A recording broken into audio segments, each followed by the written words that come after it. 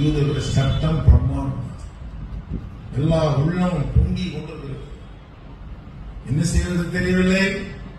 அடக்கத்துக்கு முழுமையாக போகவில்லை. போனவர்கள் கொஞ்சம் பேர் தான். அவசர அவசரமா சூரியன் மறைய போது மறந்து விட்டால் ஓய்வு நாள் ஸ்டார்ட் ஆயிடும். 6 மணிக்கெல்லாம் ஸ்டார்ட் ஆயிடும்.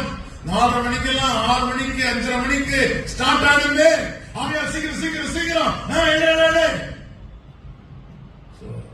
ஆண்டுக்கு சரியான மரியாதை செலுத்த முடியவில்லை.